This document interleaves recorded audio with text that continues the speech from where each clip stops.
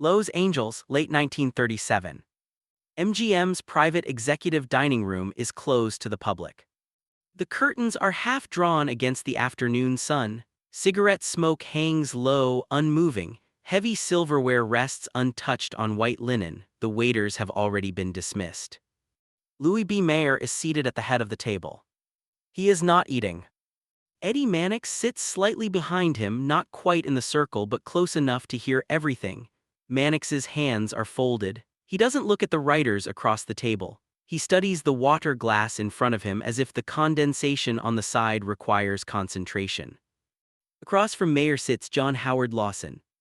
Lawson does not lean back, he does not smile. His hat rests beside his chair, careful, deliberate. He has come representing the Screenwriters Guild, a new force, an inconvenient force. The air feels compressed. Lawson has just finished speaking. All we're asking for, he says evenly, is assurance that no writer will face retaliation for joining. No retaliation. It is a modest request, on paper. Mayer looks at him. He doesn't respond immediately. He adjusts his napkin, folds it once, then again. The room waits. Outside, the faint sound of a studio car passes somewhere beyond the lot gates. Inside, no one moves. Mayer smiles.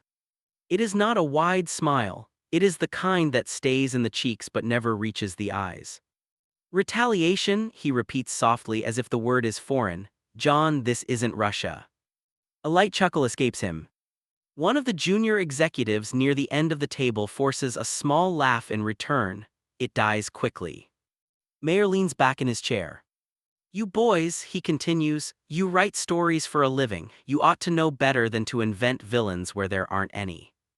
Another faint chuckle. No one joins him this time. The joke is mild, almost paternal. For a moment it seems like a dismissal, a gentle brush-off, something they can debate. But Mayer doesn't look away from Lawson. He studies him. Then he says it.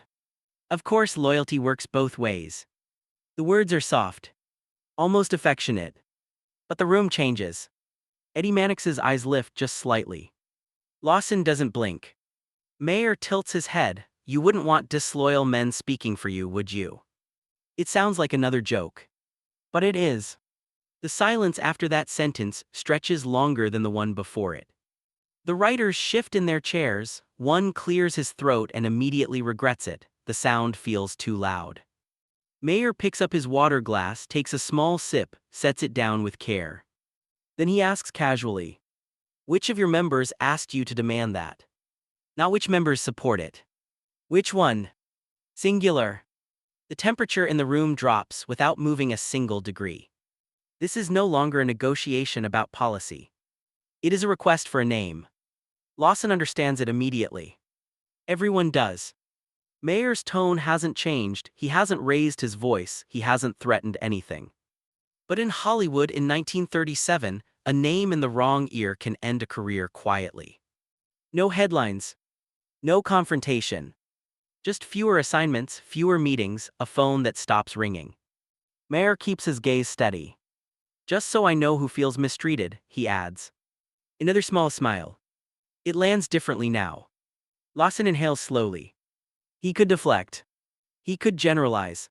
He could say our membership as a whole. But Mayer hasn't asked about the membership. He asked for one name. A pinpoint. The power of the moment isn't loud. It's administrative. That's what makes it dangerous. Around the table sit men who control contracts, renewals, story approvals. They don't need to shout, they only need to remember. Lawson rests his hands on the table. He answers carefully. This is a collective concern.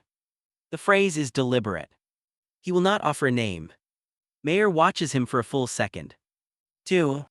Then he laughs. It is warmer this time, broader. Collective concern, he repeats. You make it sound like a labor strike at a shoe factory. A pause. John, this is Metro-Goldwyn-Mayer, we make dreams here. There it is again, the soft paternal tone, the reminder of scale, of hierarchy. Dreams. And who owns them? One of the writers at Lawson's side shifts again, as if preparing to speak. Lawson subtly lifts a finger under the table just enough to stop him. Mayer notices. He notices everything. You know, Mayer continues, when a man works for this studio, he's family. The word family lingers in the smoke-filled air.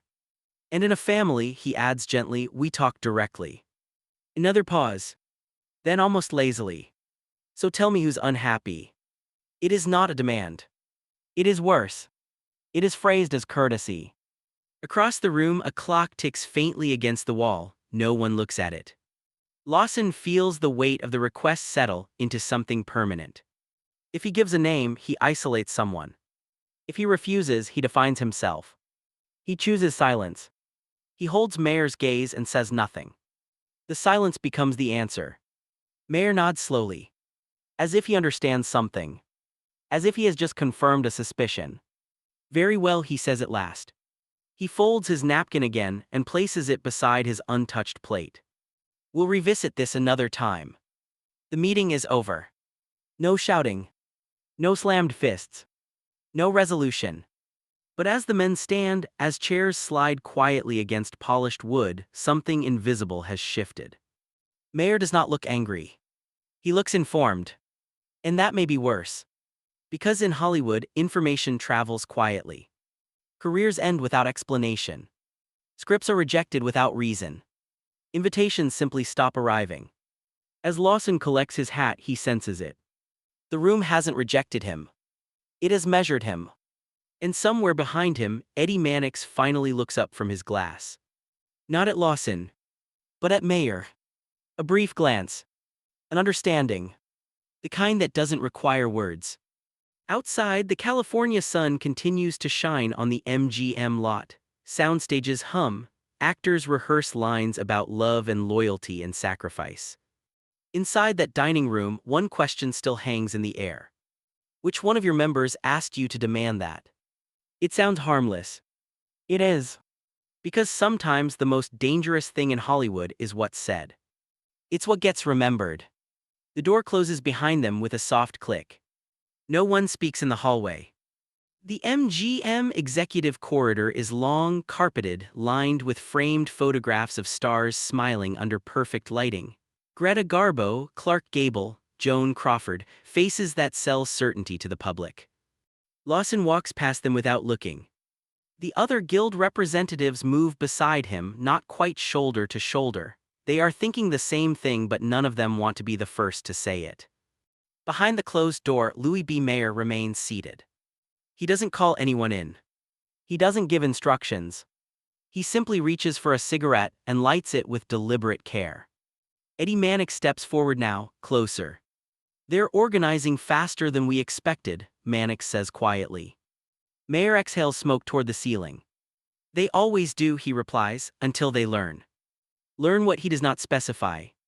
Mannix nods once, that's enough. There is no need for a written directive, no memo, no official response to the guild's request for non-retaliation. Because retaliation at MGM does not look like punishment. It looks like delay. It looks like a script that sits untouched on a desk. It looks like a contract renewal that requires further review. It looks like a meeting that is rescheduled twice, then quietly forgotten. Outside, Lawson and the others reach the parking area. One of the younger writers finally speaks. He was fishing. Lawson doesn't respond immediately.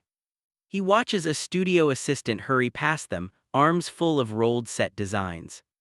He wasn't fishing, Lawson says at last, he already knew. That is the part that settles heavily. Mayer's question wasn't curiosity. It was confirmation. The Screenwriters Guild had been growing steadily through 1936 and 1937.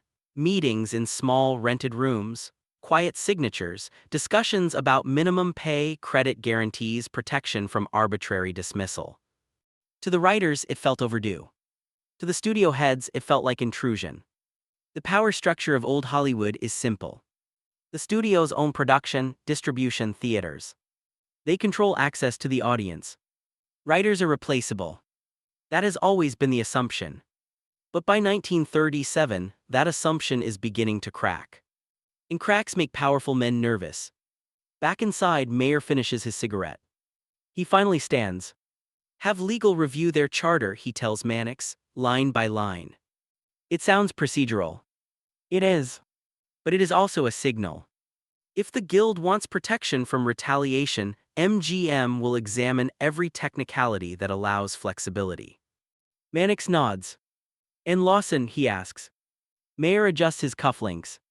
John Howard Lawson, he says slowly, tasting the name. He's talented. A pause. Talented men should focus on writing. The sentence floats there. Not in order. Not yet. But something has changed. Over the next few weeks, nothing dramatic happens. That is the point. Lawson continues to write. Meetings continue. The guild pushes for formal recognition. But small shifts begin. A project Lawson had been loosely attached to suddenly assigned elsewhere.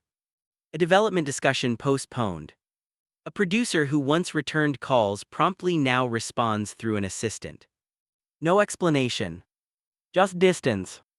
Other writers notice similar patterns. One receives a note that his latest draft lacks the studio's current direction. Another is told budgets are tightening. Individually, each incident is defensible. Together they form a pattern. The pattern is invisible unless you are looking for it. And no one can prove it. At a guild meeting in early 1938, attendance is high. The room smells of coffee and cheap tobacco. Lawson stands at the front. They won't confront us openly, someone says from the back, they'll starve us. A murmur spreads. Lawson raises a hand for quiet. We expected resistance, he says calmly. What we cannot do is fracture. He does not mention Mayer's question. But he remembers it. Which one? The strategy is clear now. If a single writer can be identified as the agitator, the instigator, the disloyal voice, the studios can isolate him. Not through public accusation. Through absence. Absence of work. Absence of support. Absence of opportunity. In Hollywood, absence is fatal. Meanwhile, Mayer hosts another luncheon weeks later. Different executives, different topic. But the guild comes up. They're testing us, one executive says. Mayer shakes his head slightly. No, he replies, they're testing themselves. The room waits for him to continue. They think unity protects them, he says. It doesn't, not if they don't know who they are. It sounds philosophical. It is tactical. If the guild fractures internally, if suspicion creeps in, if writers begin to wonder who might be blamed, unity weakens. And that process begins quietly. At another guild gathering, a writer pulls Lawson aside. Did you give him a name? He asks under his breath. Lawson's jaw tightens. No. The writer studies his face. For a moment, doubt flickers. Not because Lawson is untrustworthy, but because Mayer had asked the question so confidently. As if he already knew the answer. That is the power of the original moment. The question was not just directed at Lawson. It was planted in the room. Which one? Now the writers are asking each other. Careers begin to wobble at the margins. Not destroyed. Not yet. Just unsettled. A contract here, a credit dispute there.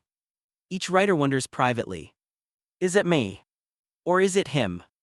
The guild continues its push for recognition, but tension builds beneath the surface. And Mayer remains publicly composed.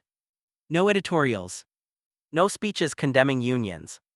Just careful distance. He continues to refer to MGM as a family. And in families, loyalty is everything. By mid-1938, negotiations between studios and the guild grow more formal. The federal government is watching labor relations more closely under the New Deal climate. Studios cannot appear overtly hostile. So they are. They are patient. Patient enough to let fear do some of the work. Lawson senses it. He feels it in the pauses during phone calls. In the way producers weigh their words. In the subtle recalibration of relationships. That luncheon in 1937 was brief. But it created a line. And everyone present knows it. One evening, Lawson sits alone at his desk, pages of a script draft before him. He stares at a line of dialogue that suddenly feels naive. A character speaking about fairness. He crosses it out. Not because he has changed his beliefs, but because he understands something now. Power does not argue loudly. It asks a quiet question. And waits. The memory of Mayer's smile returns to him. The softness of the voice. The casual phrasing. So tell me who's unhappy. It was never about the name. It was about forcing a choice. And Lawson chose silence. But silence has weight. Across town, Mayer attends a charity event. Cameras flash, reporters ask about upcoming productions. He speaks warmly about opportunity, about nurturing talent. No one asks about the guild. No one mentions retaliation. Because nothing has happened. Not officially. And that is precisely what makes it effective. Weeks later, one of the guild's more vocal members receives word that his contract will not be renewed. Budgetary reasons. He stares at the letter. Reads it twice. He had been at that luncheon. He remembers the question. And for the first time, he wonders if silence was protection. Or exposure. The fear spreads quietly. Not panic. Just awareness. That somewhere in the system, someone is keeping track. And they don't need to raise their voice to do it. By the end of 1938, the guild is still standing. Still pushing. But the room at MGM has not forgotten. Mayer hasn't forgotten. And neither has Lawson. Because sometimes the most powerful move isn't an action. It's a question that forces everyone to look at each other differently. And once that happens, nothing in the room feels the same again. By 1939, the tension is no longer contained to private dining rooms. The Screenwriters Guild is stronger, more organized, more visible. But so are the studios. Recognition does not arrive cleanly. It comes through pressure, federal mediation, strategic compromise. The guild survives, contracts become more standardized, credit protections slowly solidify. On paper, it looks like progress. But paper does not record tone. It does not record glances. It does not record the moment a powerful man asks for a single name and waits. Inside MGM, Louis B. Mayer continues exactly as before. He walks the lot daily, greets actors by first name, places a fatherly hand on shoulders, talks about family. That word again. Family. By the early 1940s, the industry shifts under the weight of war. Patriotism dominates the screen. Studios cooperate with Washington. Writers are expected to serve morale as much as narrative. And in that environment, loyalty becomes a public virtue. The question Mayer asked in 1937 begins to feel less isolated. It feels prophetic. Because a decade later, loyalty will no longer be implied. It will be demanded. John Howard Lawson's career continues through the early 1940s. He writes, produces, remains active in guild leadership. He is intelligent, outspoken, and increasingly political in a way that unsettles conservative studio heads. And the memory of that luncheon lingers. It is impossible to draw a straight line from one private exchange to what follows in 1947. But the atmosphere matters. The culture of quiet observation matters. The habit of identifying which one matters. When the House Un-American Activities Committee begins investigating alleged communist influence in Hollywood, the language feels familiar. Names. Who attended meetings? Who influenced whom? Who is loyal? Who is not? In October 1947, Lawson is called before Congress. The hearing room is crowded, flashbulbs pop, reporters lean forward. He refuses to answer questions about his political affiliations. He challenges the legitimacy of the inquiry. The exchange becomes heated. Unlike Mayer's dining room, this room is loud. But the underlying question is the same. Which one? Which writer? Which voice? Which influence? Lawson is cited for contempt of Congress. He becomes one of the Hollywood 10. Sentenced, blacklisted. His name appears publicly now, exactly what Mayer had asked for privately 10 years earlier. A name isolated. The consequences are no longer subtle. Studios announce they will not employ individuals who refuse to cooperate with the committee. Careers end in headlines. But behind the spectacle of 1947 is a quieter foundation built over years. A culture that already understood how to sideline someone without spectacle. Mayer himself does not testify during the initial HUAC hearings, but MGM, like other studios, complies with the new reality. The industry issues the Waldorf Statement in late 1947, declaring that the Hollywood 10 will be suspended without pay and that no known communists will be employed. The language is corporate, measured, administrative. Retaliation is not framed as punishment. It is framed as necessity, a family protecting itself. By then, Mayer's direct control over MGM is weakening. Internal corporate struggles eventually push him out in 1951. But the system he helped shape, the culture of centralized power, quiet enforcement, loyalty above dissent, remains. For Lawson, the consequences are personal. He serves time in federal prison. Upon release, he cannot work under his own name. Scripts are written under pseudonyms or through intermediaries. The phone does stop ringing. Not because of a private luncheon. Because the climate has shifted fully into the open. But that luncheon still matters. Because it reveals something fundamental about how power in Hollywood operates. It rarely begins with shouting. It begins with classification, identification, measurement. Years after his imprisonment, Lawson reflects on the early battles over the Writers' Guild. He describes the resistance from studio heads as paternal, condescending, deeply rooted in the belief that writers should be grateful rather than organized. Grateful men do not demand protections. Grateful men do not ask for non-retaliation clauses. And disloyal men are remembered. Louis B. Mayer likely never considered that 1937 conversation historic. To him, it was a routine assertion of authority, a reminder of hierarchy. But to those on the other side of the table, it was a warning delivered without volume. The danger was not in what Mayer promised to do. It was in what he implied he could do. And that implication became part of the industry's DNA. Even after the blacklist era faded in the 1960s, even after public apologies and career rehabilitations, the structure of Hollywood retained its quiet mechanisms.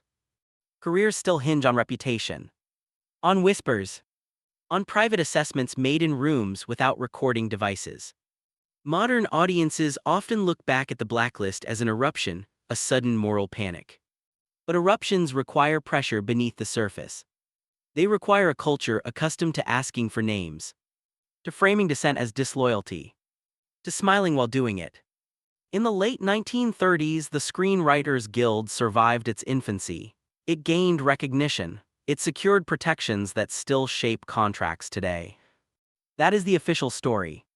The unofficial story is harder to trace. It lives in smaller moments. In a napkin folded twice before a question is asked. In a glass set down gently.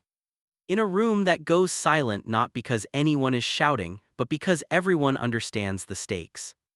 Louis B. Mayer did not need to blacklist anyone in that dining room. He only needed to demonstrate that he could isolate someone if he chose. That demonstration rippled outward. Into negotiations. Into relationships. Into assumptions about how far a writer could push. Years later, when actual blacklists were printed and circulated, the shock was real. But the groundwork had been laid long before. In 1937, the question was hypothetical. Which one of your members asked you to demand that? In 1947, the question became institutional. Who among you is a communist? Different rooms. Different decades. Same structure. A single name separated from the collective. Lawson never gave Mayer a name in that dining room. But eventually, his own name would be taken. Publicly. Formally. Recorded in congressional transcripts and studio memos. And Mayer's soft joke about loyalty would echo differently in hindsight. Because loyalty in Hollywood was never just sentimental. It was strategic. And silence was never neutral. It was survival. The luncheon ended without raised voices. No threats were written down. No official retaliation was announced. Yet everyone who walked out of that room felt something irreversible had occurred. A line had been drawn, not in ink but in memory. Power had revealed itself not as rage, but as patience. And patience can be more enduring. If you walk across the old MGM lot today, now part of Sony Pictures, the buildings remain. The dining rooms have been renovated, the smoke is gone, the walls repainted. But the architecture of authority feels familiar. Closed doors. Careful conversations. Questions asked softly. The story of the Screenwriters Guild is often told as a victory of labor over unchecked studio control. And in many ways it was. But beneath that victory is a quieter truth. The men who controlled Hollywood understood something essential. You do not need to crush opposition publicly. You only need to make everyone aware that you can. In 1937, Louis B. Mayer told a harmless joke. He smiled. He asked for a name. And the room went silent. The silence was the point. Because once a room understands that a single name can change everything, it never fully relaxes again. And perhaps that is the lasting legacy of that afternoon. Not the words spoken, but the awareness that followed. An awareness that in Hollywood, power rarely announces itself. It simply waits for you to speak first.